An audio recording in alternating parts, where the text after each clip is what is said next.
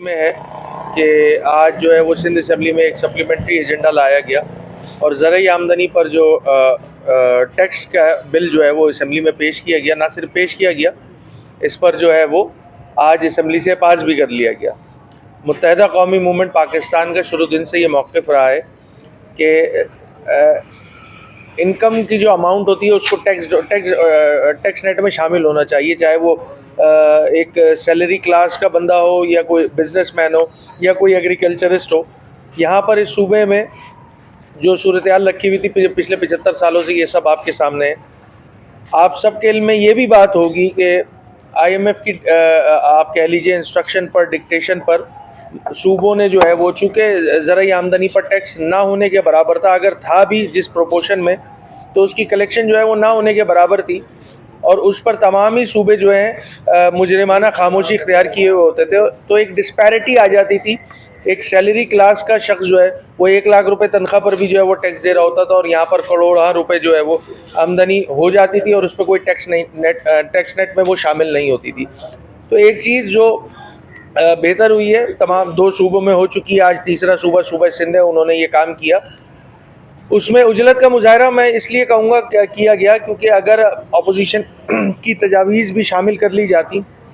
تو اس بل کو اور مزید بہتر انداز سے اس کو جو ہے مزید بہتر کیا جا سکتا تھا.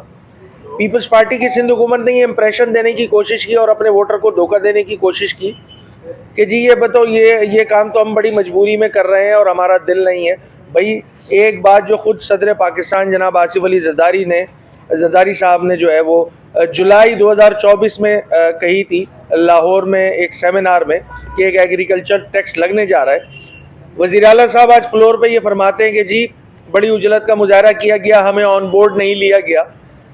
تو صدر پاکستان جناب آصف علی زرداری صاحب تو آج سے کوئی 8 مہینہ پہلے یہ بات کہہ رہے تھے کہ ایگریکلچر ٹیکس لگ رہا ہے، اور میں نے اپنی اسمبلی کے فلور پہ جو تقریر کی ہے اس میں بھی یہ بات کہی کہ بھائی آپ اگر آپ کو واقعتاً اس پر جو ہے وہ آن بورڈ نہیں تھے تو آپ کو جو ہے وزیر اعلیٰ صاحب مختلف معاملات میں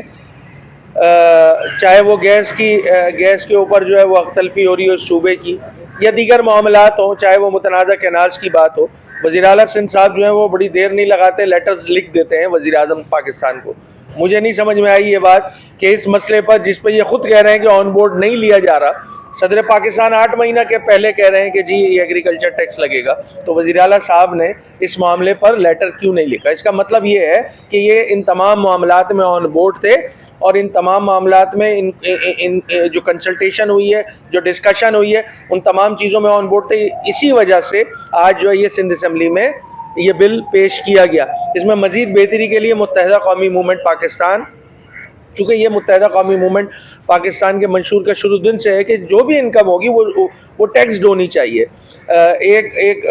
ورکر کلاس شخص جو ہے وہ سیلری جو لیتا ہے اس پر ٹیکس ہوتا ہے، اور دیگر جو شعبہ جات ہیں اس پر ٹیکس نہیں تھا. تو یہ ڈسپیرٹی ختم کرنے کی شروع دن سے متحدہ قومی موومنٹ کی پالیسی رہی ہے، اور